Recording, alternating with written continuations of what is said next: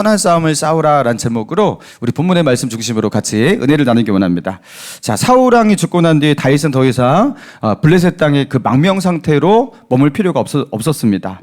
다윗은 하나님께 어디로 가야 할지 어떻게 해야 할지 물었고 하나님께서 유다로 가라, 그리고 헤브론 땅으로 가라, 그렇게 하나님의 인도를 받아가지고 헤브론으로 거처를 옮기게 되었습니다. 자, 그리고 그 헤브론에서 유다 지파 사람들이 다윗을 유다 지파의 왕으로 추대를 합니다.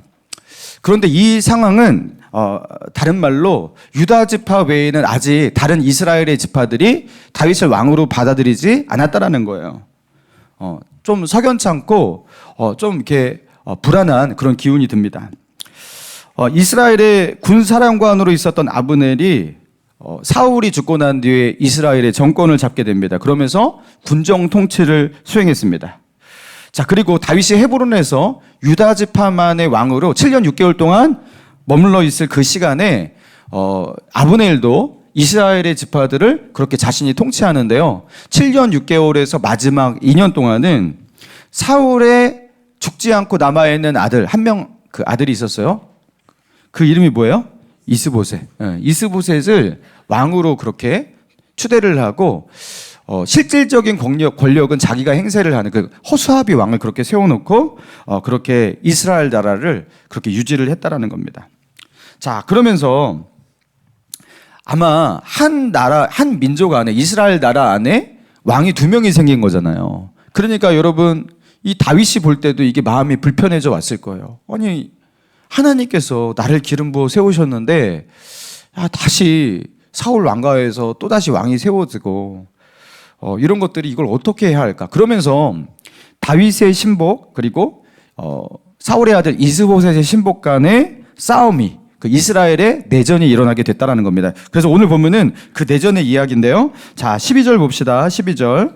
네리의 아들 아브넬과 사울의 아들 이스보셋의 신복들은 마하나임에서 나와 기브온에 이르고, 자, 그리고 13절. 수르야의 아들 요압과 다윗의 신복들도 나와 기브온 목가에서 그들을 만나 함께 앉으니 이는 못 이쪽이요 그는 못 저쪽이라. 자, 기브온이라는 도시는요, 베냐민 지파 소속의 도시인데요. 이 기브온에 그 못이 하나 있었어요. 자, 그런데 이거는 인공적으로 만든 그 담수를 이렇게 저장하기 위해서 만든 인공적인 저수 시설이었다고 합니다. 지름은 그렇게 그 폭은 넓지 않지만 깊이가 이렇게 한 10m가 넘는 그런 깊이 파가지고 여기다가 이 담수를 저장을 했고, 그리고 그것을 식수로 그렇게 활용을 했고, 그러니까 팔레스타인에 좀 이렇게 물이 굉장히 귀한 그런 지방이었는데 요 담수 시설, 이 저수 시설을 누가 차지하냐, 이것이 그들의 촉각을 곤두세우는 어떤 관심사였다라는 거죠. 자, 그러면서 그 기브온 못을 차지하기 위한 싸움이지 않냐. 자, 이렇게 해석하기도 하고요. 또 한편에서는 그 당시에 아직은 성전이 이렇게 돌로 지어진 그 성전은 솔로몬이 있지 않습니까? 근데 아직 솔로몬이 이제 왕이 아니에요. 자, 그러니까 성막 성전 형태로 있는 거예요. 장막 성전 형태로 있는 거예요. 근데 처음에는 그 장막 성전이 실로에 있었죠. 그리고 다윗이 사울을 피해서 달아날 때는 높당에 있었죠. 그리고 지금은 기브온에 있다라는 거예요. 그 장막 성전이. 이건 추정입니다. 이걸 어떻게 하냐면 열왕기상에서 솔로몬이 하나님께 제사를 드렸다, 그래서 1천 번제를 드렸다 하면서 기드온 산당에서 드렸다라는 표현이 있어요. 그죠? 그러면서 기드온이 하나님께 이 왕이 제사를 드리는 예배의 어떤 그 처소로 기브온이 그렇게 거론이 되고 있단 말이죠. 그러니까 거기서 왜 하나님께 제사를 드렸겠냐라는 거예요. 거기에 장막 성전이 위치했다라는 거예요. 자, 그래서 이스라엘의 종교적 중심지가 기브온이 되고 있고, 그리고 그 기브온을 누가 차지하느냐, 이것이 종교적인 정당성을 세우게 된다라는 거예요. 그러니까 우리는 하나님께 예배드리는 기브온을 가지고 있어요. 그래서 장막 성전을 가지고 있어요. 그러면 우리는 하나님께 예배하는 그런 나라가 되는 거잖아요. 그러니까 그 기브온을 사이에 두고 서로 싸우는 그런 상태였다, 이렇게 해석하는 경우도 있습니다. 둘 다 설득력이 있고 둘 다일 수도 있는 거예요. 자, 아무튼 아브넬이 이끄는 이스라엘 진영 그리고 요압이 이끄는 다윗의 진영. 자, 이렇게 기브온을 두고서 팽팽하게 맞서고 있는 긴장된 상황이었습니다. 자, 그런데 아브넬이 요압에게 이렇게 제안을 합니다. 14절. 자, 14절 같이 한번 읽어볼까요? 시작. 아브넬이 요압에게 이르되 원하건대 청년들에게 일어나서 우리 앞에서 겨루게 하자. 요압이 이르되 일어나게 하자. 아멘. 자, 이게 무슨 말이냐면요. 아브넬이 요압에게 청년들을 우리 앞에서 겨루게 하자, 이렇게 겨루게 하자, 이런 표현이 있는데, 자, 이 겨루다라는 이 단어가, 옛날 성경에서는 장난하게 하자, 이렇게 번역을 했어요. 왜냐하면 이 단어가 사크라는 이 단어인데, 이 단어가 겨루다라는 단어 뜻이 아니라, 옛날 성경 번역이 맞아요. 예. 놀다, 즐기다, 그죠? 장난치다. 이런 뜻이에요. 이 사크가. 그래서 대부분의 성경에서 놀자, 장난치자, 뭐 재주를 부리게 하자 이렇게. 자, 삼손이 사사기에 보면 삼손이 블레셋 사람들에게 붙잡혔잖아요. 두 눈이 뽑히고 맷돌 돌리고 그리고 삼손을 이렇게 불러다가 그들 앞에서 어떻게 했어요? 재주를 부리게 하니라 이런 표현이 있단 말이에요. 그게 사크입니다. 우리 앞에서 놀리자, 재주를 부리게 하자. 그게 사크입니다. 자, 그러니까 아브넬이 요압에게 우리 앞에서 우리 청년들을 세워가지고 좀 한번 놀아볼까? 이런 식으로 표현하고 있는 거예요. 자, 그러니까 15절 봅시다. 자, 그들이 일어나 그 수대로 나아가니 베냐민과 사울의 아들 이스보셋의 편에 12명이요. 다윗의 신복 중에 12명이라 각기 상대방의 머리를 잡고 칼로 상대방의 옆구리를 찌르며 일제히 쓰러진지라. 그러므로 그곳을 헬갓 하수림이라 일컬었으며 기본에 있더라. 자, 이게 지명까지 생길 정도로 굉장히 역사적인 사건이 되어버린 건데요. 자, 이게 어떤 거냐면, 자, 아브넬이 요압에게 제안한 우리 한번 놀아보자 하면서 이 놀아본다라는 한번 게임해볼까? 막 이런 식으로 이렇게 하면서 도발을 하면서 시작한 게임이 무엇이었냐면 12명씩 우리 한번 내보자. 그리고 그 12명이 어떤 게임을 하는 거냐면요. 자, 너희 아이들은 죽는 거 안 두려워해? 칼 무섭지 않아? 우리는 그래.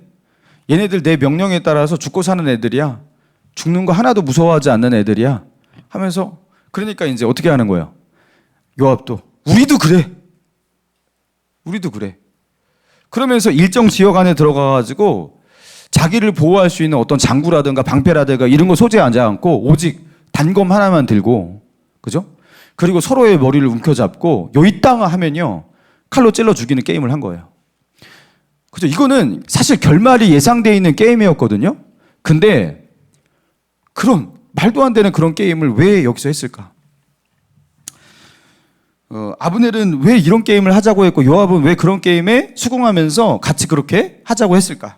여러분, 그래가지고 24명의 청년들이 그냥 동시에 죽어버립니다.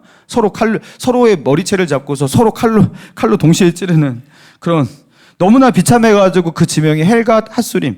여러분 성경에 이렇게 표시가 좀 돼 있지 않습니까? 그 뜻이 무엇인지?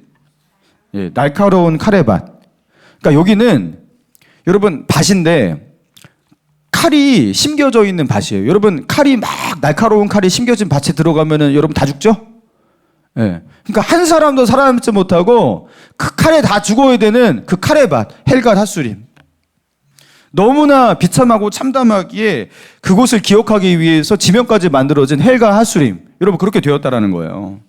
여러분, 이 요압과 아브넬 이 두 장군의 자존심 대결. 네가 세냐 내가 세냐 하면서 기세 싸움. 여러분, 그거 한번 해보려고 24명의 이 청년이 한 자리에서 의미 없이 죽은, 여러분, 그 사건이 잔인한 그 사건이라는 겁니다. 자, 그러면서 이 잔인한 장면이 목격됨과 동시에 이 이스보셋과 다윗의 진영 사이에 이 맹렬한 싸움이 시작이 되는데, 여러분, 이 싸움은 다윗의 신복들이 이스보셋의 신복들을 그 아브넬의 진영을 그렇게 압도하는 형국으로 흘러갔다라는 겁니다.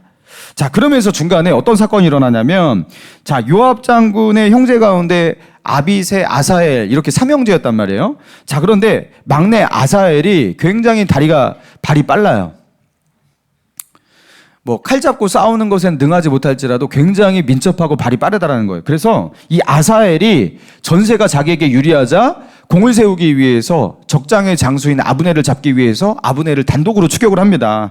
자, 그러면서 아브넬이 앞에서 도망가고 있고 뒤에서 아사엘이 쫓아오면서 아브넬이 말을 거는 거예요. 20절 아브넬이 뒤를 돌아보며 이르되 아사엘아 너냐 대답하되 나로다. 아브넬이 그에게 이르되 너는 왼쪽으로 오른쪽으로 가서 청년 하나를 붙잡아 그의 군복을 빼앗으라 하되 아사엘이 그렇게 하기를 원하지 아니하고 그의 뒤를 쫓으매.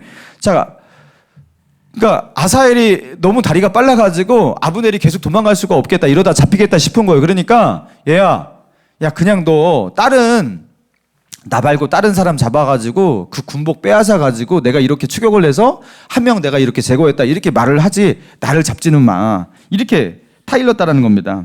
그러니까 아브넬이 좀 이렇게 여유가 있어 보여요, 그죠? 아브넬은 굉장히 많은 전쟁을 겪었고 또 이렇게 장수입니다.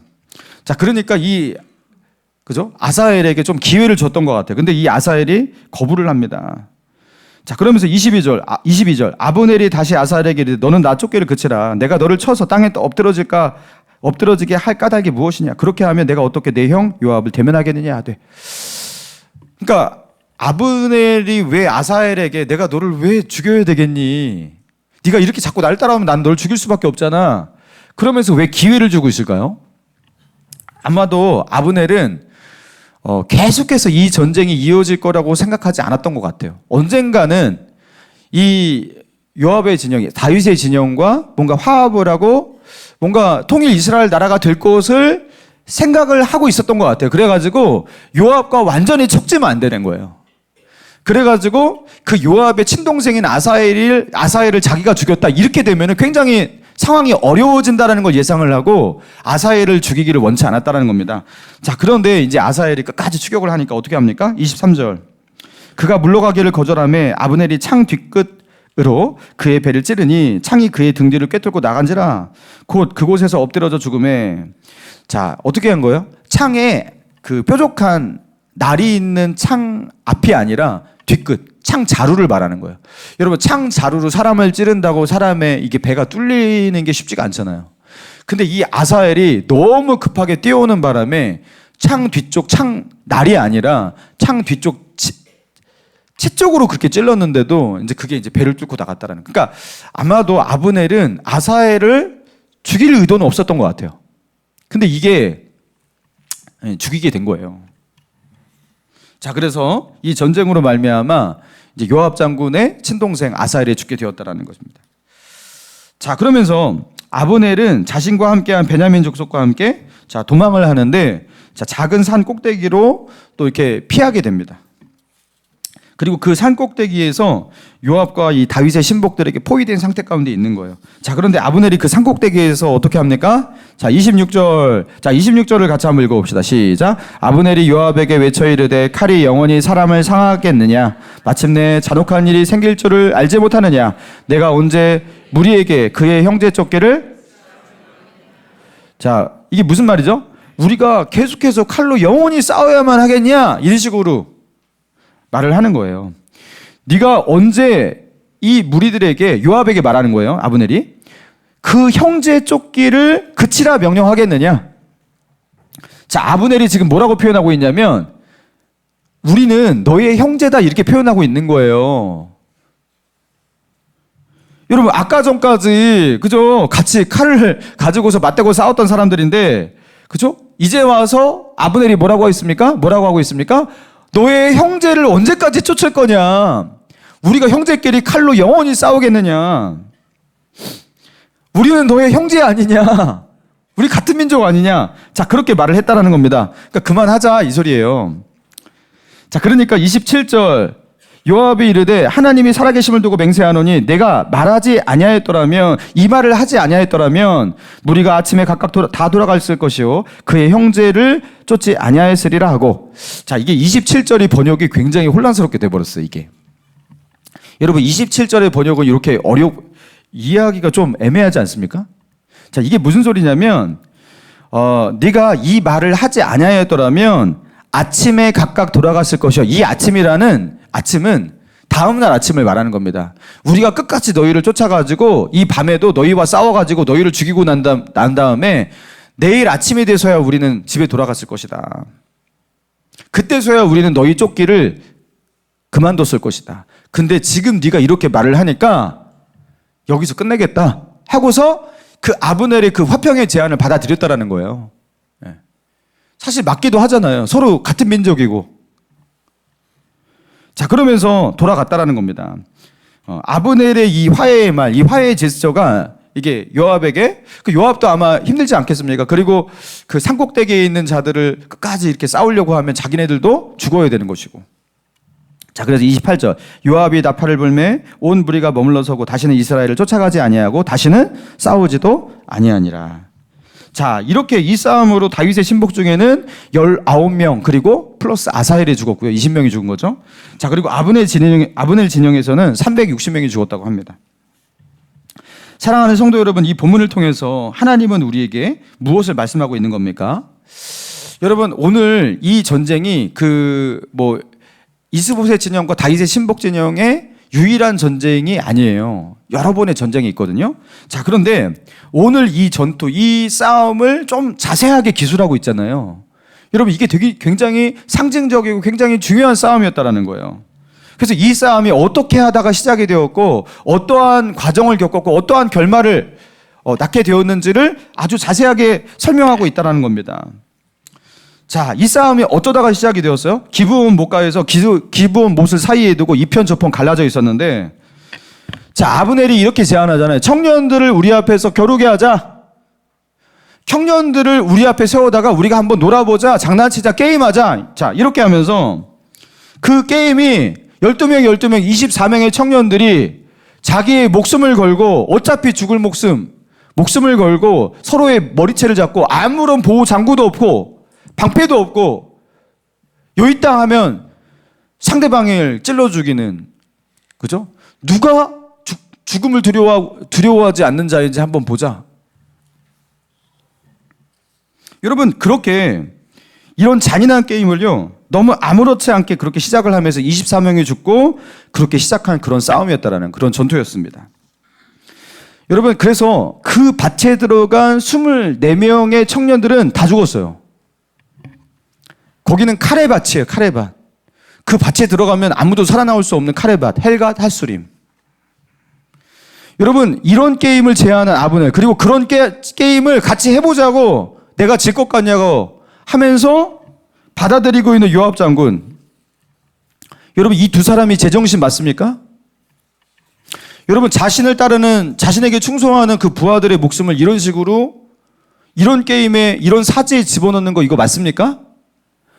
아무리 전쟁이라고 하지만 이렇게 의미 없는 서로의 기싸움, 자존심 싸움 이거 한번 해보자고 여러분 이렇게 무조건 죽을 수밖에 없는 이런 거를 하는 게 맞냐라는 거예요. 왜 이런 무모한 일을 했을까? 아마 내 휘하에 있는 우리 아이들이 얼마나 나에게 충성하는지 알아?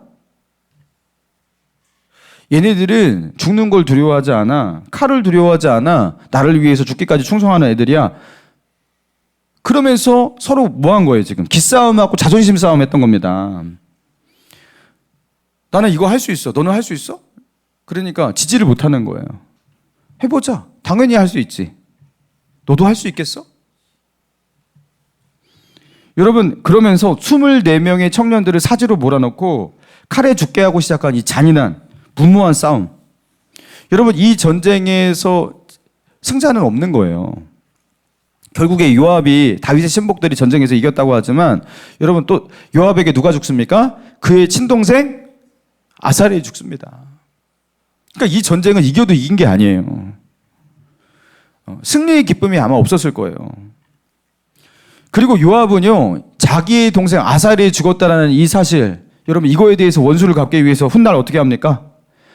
여러분, 아브넬이 다윗과 화친하기 위해서 이스라엘 나라를 다윗에게 돌리기 위해서 선한 의도를 품고서 아브넬이 다윗을 찾아왔어요, 훗날. 그리고 다윗과 조약을 맺거든요. 그죠? 이스라엘 나라를 다윗에게 돌리겠다고. 그게 하나님의 뜻 아니냐고. 그러면서 평화의 조약을 맺고 집으로 돌아가는 아브넬을 뒤따라가가지고 어떻게 합니까? 칼로 찔러 죽이죠. 그 이유가 무엇이에요? 내 동생 아사엘을 네가 죽였잖아. 그래서 그 아브넬을 죽입니다. 여러분, 그러니까 결국에 요압은 원수도 갚고 전쟁에서도 이겼고 이긴 것이냐? 자, 그렇지 않습니다. 여러분, 시간이 흘러서 열왕기상 2장으로 가면요, 어떤 일이 일어나냐면 다윗이 자기의 아들 솔로몬에게 정권을 물려주고 솔로몬에게 마지막으로 이렇게 유언을 남기거든요. 여러분, 그 유언을 남길 때 그 유언 가운데 이런 장면이 있어요. 제가 읽어드릴게요. 열왕기상 2장 5절인데요. 수루야의 아들 요압이 나에게 행한 일, 곧 이스라엘 군대의 두 사령관 네레의 아들 아브넬과 예델의 아들 아마사에게 행한 일을 내가 알거니와 그가 그들을 죽여 태평의 시대에 전쟁의 피를 흘리고 전쟁의 피를 자기의 허리에 띤 띠와 발의 신은 신에 묻혔으니 내 지혜대로 행하여 그의 백발이 평안히 수월에 내려가지 못하게 하라. 여러분, 다윗이 유언으로 어떻게 남기는 거예요? 솔로몬에게 요압이 저지른 그 만행에 있는데 누구를 죽였다고요? 이스라엘의 군대의 두 사령관이었던 네레의 아들 아브넬을 죽였고, 그리고 아마사, 훗날에 또 아마사도 죽이거든요. 이 아마사를 죽였는데 자기보다 의로운 두 사람을 그가 죽였다. 요압을 가만두지 말아라. 그래서 솔로몬은 그 다윗의 유언을 받들어 갖고 어떻게 합니까? 요압을 칼로 칩니다. 결국에 이 일로 말미암아 요압도 죽어요. 여러분, 이 싸움에서 승자는 아무도 없는 거예요. 여러분, 이 헬갓 핫수림을, 이 카레밭을 만들어서 24명의 청년들을 사지로 몰아넣었던 이 요압과 아브넬인데 그들도 그 카레밭을 피할 수가 없다라는 거예요. 남을 사지로 몰아넣은 사람이 자기는 살겠다? 여러분, 그 칼이 그를 따라가서 결국에 본인들도 죽게 되는 겁니다. 여러분, 그런데 이 싸움이 꼭 이렇게 싸워야 될 싸움이었는가? 여러분, 이 싸움이 일단 어떻게 종료가 됐었어요? 아브넬이 자기를 추격하는, 자기를 포위하고 있는 그 산꼭대기에서 자기를 포위하고 있는 그 요압에게 이렇게 외치잖아요. 내가 언제 이 무리에게 그 형제 쫓기를 그치라 명령하겠느냐? 영원히 우리가 싸워야 하겠느냐? 여러분, 이 한마디 말, 요 한마디 말을 해가지고요, 전쟁이 거기서, 이 싸움이 거기서 끝났었잖아요. 여러분, 그 말을 진작 했으면 됐잖아요. 진작. 우리는 너와 형제인데 우리가 꼭 이렇게 싸워야 되냐? 우리는 같은 민족이고 같이 하나님을 섬기는 자들인데 우리가 왜 칼을 들고 서로 싸워야 되느냐? 이 말을 처음에 했으면 됐잖아요. 근데 왜 사람들을, 그죠? 이 청년들을 사지로 몰아넣고 이런 잔인한 게임을 하고 자존심 싸움하고 누가 이기나, 여러분, 이런 것을 하면서 그 참혹한 피를 흘린 뒤에 여러분 마지막에서야 이런 말을 하는 겁니까? 사랑하는 성도 여러분, 우리가 이 본문을 통해서 우리가 얻어야 될 교훈이 무엇입니까? 여러분, 교회를 가장 비참하게 만드는 일이 무엇이냐? 여러분, 교회를 가장 참담하고 비참하게 만드는 일은 예수 믿는 자들이 예수 믿는 자와 싸우는 겁니다. 그리스도인이 그리스도인을 미워하고 원망하고 비난하고 험담하고 싸울 때 여러분, 그곳은 어떻게 되는가? 헬갓 핫수림, 카레밭이 됩니다. 다 죽습니다. 그 싸움을 걸어온 자, 그리고 그 싸움에 응한 자, 둘 다 죽습니다. 일단 영적으로 죽어요. 그리고 그것을 지켜보는 사람들도 같이 죽습니다.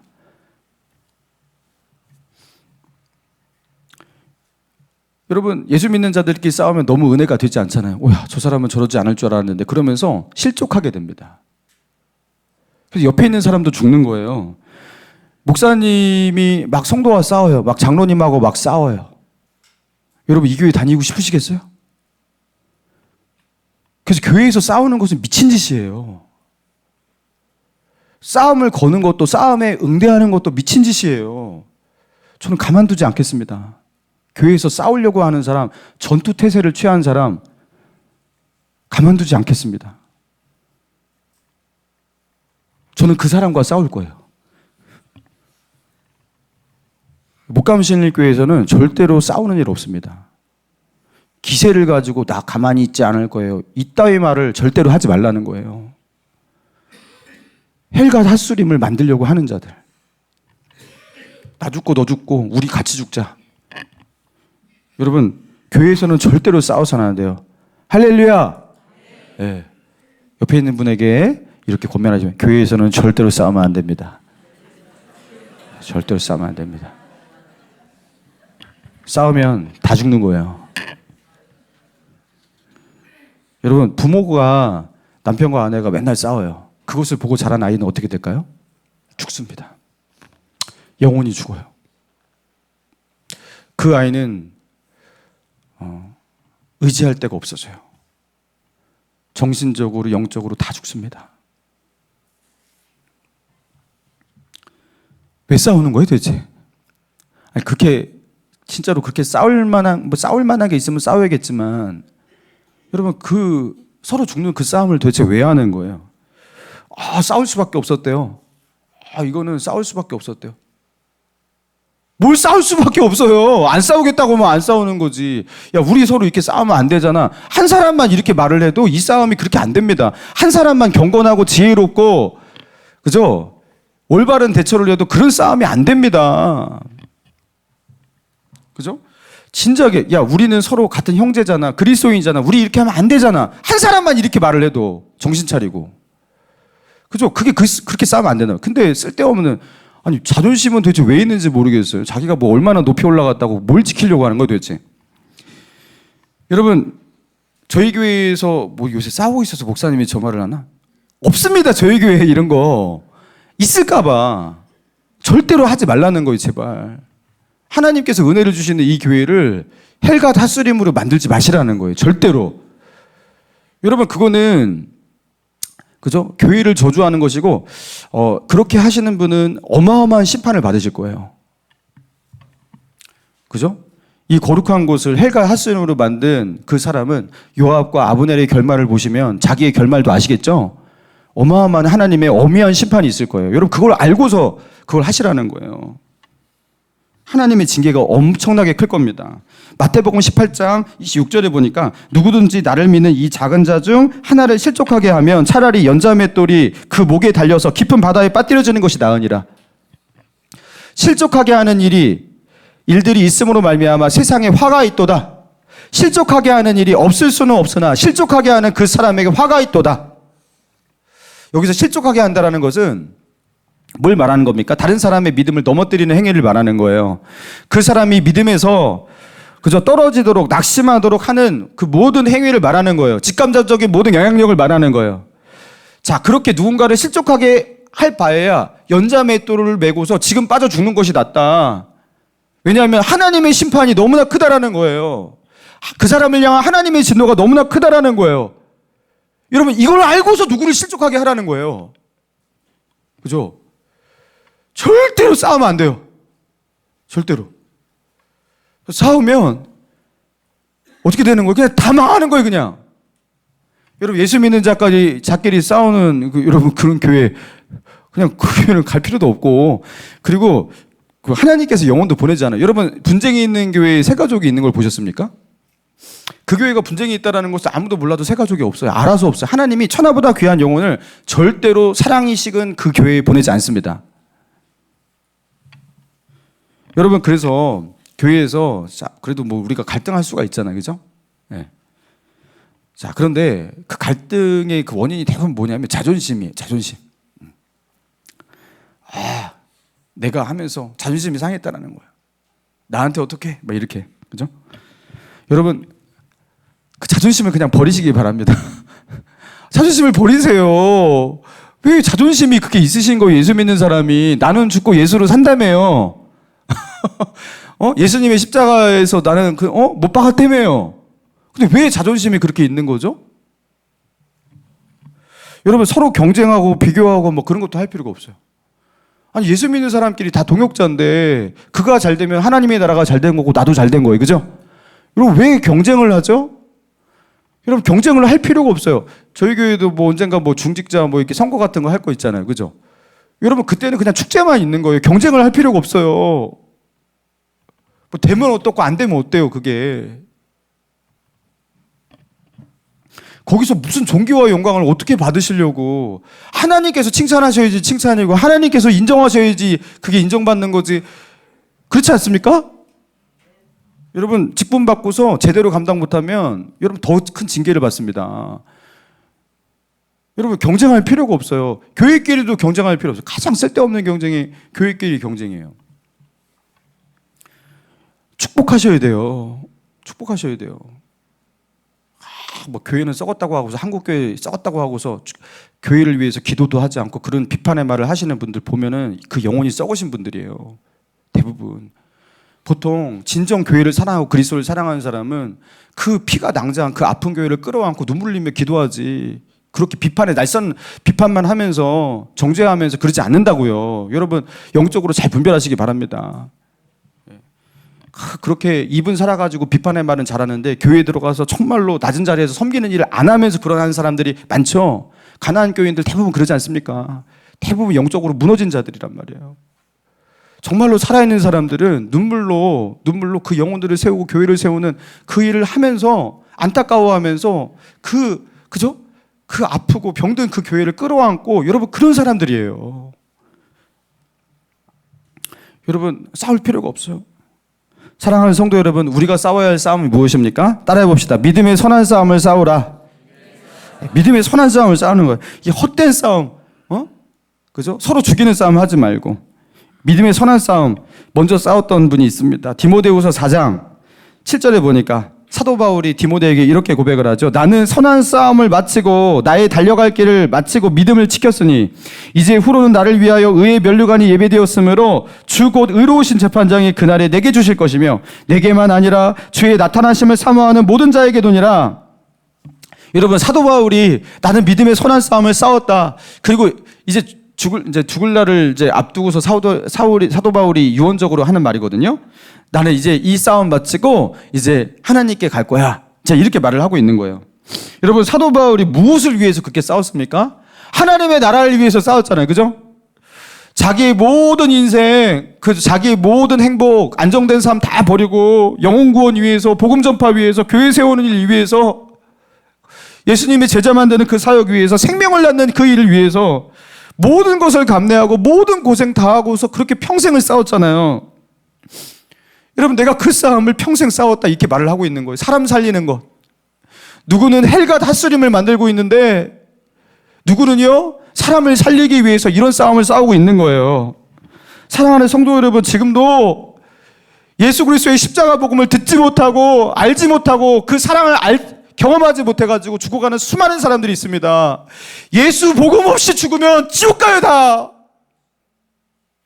여러분 밖에 나가서 저 사람들이 다 어디 가겠습니까? 근데 지금 무슨 싸움을 하고 있는 겁니까 도대체? 정신머리 없이. 아니 지금 자존심 싸움할 때입니까? 내가 지금 멈춰서 있는 이 시간에도 수많은 사람들이 지옥불로 들어가고 있습니다. 복음 없어서. 근데 나는 지금 뭐 하고 있는 겁니까? 여러분 시간이 없어요. 우리 인생도 너무나 짧습니다. 금방 가잖아요. 아직 이제 벚꽃 피죠. 조금 있으면 낙엽 올 겁니다. 그냥 1년이 너무 빨리 가는 것 같아요. 그죠? 아니 목감신일교회가 개척된 지 8년이 넘어가요 벌써. 와 신기해요. 이런 식으로 인생이 간다면 진짜 눈 깜짝할 사이에 진짜 다 끝날 것 같아요. 저도 사역 얼마 못할 것 같아요. 여러분 이렇게 짧은 인생인데 도대체 무슨 싸움을 하고 있는 거예요? 왜 헛된 싸움을 하고 있는 거예요? 여러분 믿음의 선한 싸움을 싸우시기 바랍니다. 누군가에게 생명을 주고 영혼을 살리는 그 싸움을 하셔야 돼요. 여러분 먼저 나를 살리시기 바랍니다. 내 영혼부터 살려야 돼요. 말씀과 기도를 붙잡으시기 바랍니다. 여러분 목숨 걸고 예배하셔야 돼요. 여러분 주일날 빠지시면 안 돼요. 목숨 걸고 예배하시고 하나님 말씀 붙잡고 평일날에도 기도하고 말씀 붙잡고 여러분 그거를 경건을 내 삶 가운데 가지고 와야 돼요. 내 어두운 영혼을, 내 어두운 내면을 밝게 만들어야 돼요. 믿음의 사람, 말씀의 사람, 기도의 사람, 하나님을 경외하는 사람, 여러분 하나님의 임재가 있는 거룩한 사람, 여러분 그런 사람이 되어야 돼요. 자, 그리고 어떻게 해야 됩니까? 성령의 능력을 받아서 복음 전하는 전도자가 돼야 돼요. 여러분 너희는 세상의 빛이라 소금이라 산 위에 있는 동네가 숨겨지지 못할 것이요. 여러분 우리는 세상에 빛 되어서 소금 되어서 우리 때문에 내가 가는 곳에서 사람들이 다 살아나는 거예요. 내가 그런 사람이 되어야죠. 왜 내가 가는 곳은 다 어두워지고 싸움만 있는 거예요. 헬과 핫수리만 있고. 나 때문에 그들이 예수를 믿고 그들이 하나님을 보게 되고 여러분 그런 생명의 사역이 일어나야죠. 나를 통해서 교회가 세워지고 영혼이 힘을 얻고 위로를 얻고 여러분 이런 일들이 일어나죠. 여러분 혼자서 못합니다. 어떻게 됩니까? 믿음의 동역자들과 함께 손잡아야 돼요. 믿음의 동역을 같이 해야 돼요. 그때 우리가 더 힘이 나요. 두세 사람이 내 이름으로 모여서 한 마음 되어서 나아가면 하나님은 더 기름 부으셔요. 그 믿음의 동역자들과 연대하면서 나아가는 거예요. 같이 하나님의 나라를 세워가면서 나아가는 거예요. 여러분, 배우 추상미 씨, 여러분 아십니까? 배우 추상미 씨가 요새 뭐 스크린에는 잘 안 나오는데 한때 많이 나왔잖아요. 그죠? 추상미 씨가 지금은 그 영화 감독 이런 활동을 많이 하신대요. 이 추상미 씨가 한 강단에서 이렇게 간증하는 것을 제가 들었는데요. 그분이 이렇게 고백을 하시더라고요. 그 예수님을 만나고 나니까 자기에게 일어난 일이 무엇이냐면 꿈이 없어지고 욕망이 없어졌대요. 그 전까지 꿈이 많았고 뭘 하고 싶고 저걸 하고 싶고 이런 욕망들이 있었다고 합니다. 자, 그런데 예수님을 깊이 만나고 나니까 자신에게 이런 현상이 무엇이냐면 꿈이 없어지고 뭔가를 하고 싶은 게 없어졌대요. 이게 뭐냐면 채워져서 그런 거거든요. 우리가 가지고 있는 이 꿈이라는 것이 사실은 자기 안에 있는 어떤 세상적 결핍일 수가 있어요. 그죠? 이게 뭔가 채워져야 되는데 그 결핍 때문에 꿈이라고 하지만 사실 그 결핍인 거예요. 근데 그 결핍이 하나님의 은혜로 하나님의 사랑으로 여러분 그렇게 채워지고 나니까 그 다음부터 자기 안에 꿈이 없어졌다, 욕망이 없어졌다 그렇게 말을 하는 거예요. 그러니까 그 다음부터 어떤 기도를 하기 시작했냐면 하나님, 나는 이제부터 어떻게 살아야 될까요? 뭘 하면 살아야 될까요? 무엇을 위해 살아야 될까요? 이렇게 기도를 하다가 어느 날 하나님으로부터 문화사역자가 되라. 너는 이렇게 연예인이니까 그것을 가지고서 영향력을 펼치는 기독교 문화사역자가 되라. 그래서 그 꿈이 생겼다라는 거예요. 그때부터 얼마나 기쁘고 감사하고 에너지 넘치는 삶을 살아가는지 말로 할 수 없이 행복했다고 합니다. 여러분, 예수님을 제대로 만나잖아요. 내 안에 있는 기존의 꿈이 무너지는 것, 나의 욕망이 무너지는 것, 여러분 그걸 경험하게 된다라는 거예요. 이전까지는 그것을 그렇게 바라고 저게 나의 꿈이야, 난 저걸 해내고 말겠어. 여러분 이렇게 바라보던 것이 더 이상 그것을 그렇게 욕망하지 못하게 돼요. 제가 중학교 1학년 때까지 저는 항상 사업가가 된다고 해서 사업가. 저도 초등학교 때도 1학년 때나 뭐 대통령 된다고 썼지 늘 사업가. 나는 돈 많이 벌 것이다. 돈을 많이 벌 것이다. 아무튼 맨날 그것만 썼단 말이에요. 중학교 1학년 때 예수님을 만나고 나서 사업가라고 썼어요. 근데 하나도 하고 싶지가 않아, 이거를. 욕망이 있어야지. 그리고 이게 꿈도 아닌 거예요. 그래서 그다음부터 아무것도 하고 싶지가 않더라고요. 그래서 나는 왜 아무것도 하고 싶지 않아졌지? 그래서 고민하다가 갑자기 주님을 위해 살고 싶더라고요. 주님을 위해서. 저 주님을 위해서 살고 싶어요. 아무것도 하고 싶지가 않아요. 이게 욕망이 없어지대. 중학교 1학년인데. 하나님이 가장 기뻐하는 게 뭐냐고. 그러면서 성경을 뒤졌어요. 성경을. 하나님께서 가장 기뻐하시는 일이 뭐냐고. 나는 그걸 너무 알고 싶다고 하면서 성경을 열심히 읽었어요. 그리고서 깨닫게 되었어요. 영혼이구나. 영혼을 구원하는 거를 그렇게 좋아하시는구나. 하나님께서 인정하시는 그 생명책에 남게 되는 그 일이 무엇인가? 영혼 구원이구나. 여러분, 아직도 이 꿈이 없어진다는 말, 그리고 새로운 꿈이 생긴다는 말, 이걸 이해하지 못하시고 자신의 왕국, 자기의 나라를 세우기 위해서 열심히, 그죠? 뭔가 싸움을 싸우는데 이게 굉장히 영원한 가치가 없는 그런 싸움을, 헛된 싸움, 쓸데없는 싸움을 하고 있지 않습니까? 남과 나를 비교하면서 쟤는 저런데 나는 이 모양이야. 아직도 이걸 하고 계십니까? 아직도? 세상과 나를 비교하면서 때로는 내가 조금 잘난 것 같으면 우월감을 갖기도 하고 나는 너보다 행복하고 잘 살아. 그리고 그것보다 조금 못한 것 같으면 열등감 속에 파묻히고 여러분 아직도 그리스도인인데 아직도 이 상태로 살고 계십니까 혹시? 여러분 이 쓸데없는 싸움을 아직도 하고 계시고 아직도 사도 바울이 누렸던 그 은혜가 뭔지를 아직도 모르고 계신단 말입니까? 여러분 다 쓸데없는 싸움이에요. 아무런 상급도 없고 어떠한 영원한 가치도 없는 그 싸움. 여러분 그걸 또 열심히 하시는 분이 있어요. 열심히 살아가는 건 좋지만 여러분 우리 안에 우리가 싸워야 할 진짜 싸움이 무엇인지 여러분 그걸 알고서 우리가 살아가야 될 줄로 믿습니다. 아무런 상급도 없는 영혼 속에서 어떠한 가치도 없는 그 싸움을 목숨 걸고 왜 싸우시냐라는 거예요. 여러분 믿음의 선한 싸움을 싸우시기 바랍니다. 하나님께서 인정하시는 영적인 싸움을 싸우시기 바랍니다. 하나님께서 생명책에 기록할 만한 그 일을 하시기 바랍니다. 하나님께서 나의 이 행동, 이 행위, 이 선택, 이 싸움을 보시고 기록해 놓으실 만한 것들. 그게 무엇일까요? 마태복음 10장 41절에 보니까 선지자의 이름으로 선지자를 영접하는 자는 선지자의 상을 받을 것이요. 여러분, 선지자가 되면 선지자의 상을 받을 것이요. 이렇게 기록한 게 아니에요. 선지자의 이름으로 이 사람 선지자네? 그러니까 선지자를 내가 잘 모셔야지 하면서 그 선지자를 도와주고 선지자를 영접해주고 그 선지자에게 환대하고 그러면 그 사람에게 어떤 상을 준다고요? 선지자의 상을 줄 것이요. 여러분, 이게 동역의 묘미인 거예요. 자, 그리고 의인의 이름으로 의인을 영접하는 자는 의인의 상을 받을 것이요. 또 누구든지 제자의 이름으로 이 작은 자 하나에게 냉수 한 그릇이라도 주는 자는 내가 진실로 너희에게 이르노니 그 사람이 결단코 상을 잃지 아니하리라. 이 사람이 예수님의 제자이기 때문에 내가 이 사람을 섬기겠어 하면서 냉수 한 그릇을 대접하는 너무나 사소한, 너무나 하찮은 섬김 아닙니까? 사실은 냉수 한 그릇? 이거 당장 우리도 할 수 있잖아요. 그렇죠? 우리 형제님에게 제가 물을 하나 떠드리겠습니다 하면서 물 떠드리면 그거 상을 잃지 않는데요. 그죠? 오늘 난리가 나겠네. 아주 그냥 물 떠주고. 그죠?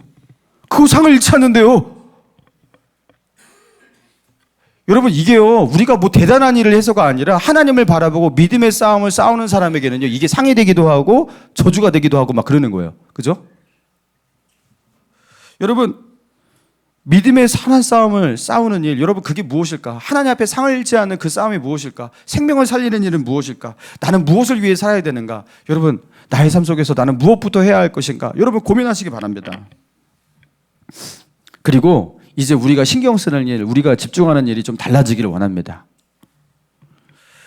믿음의 선한 싸움을 싸우시고 승리하는 인생 되시기를 주님의 이름으로 축원합니다.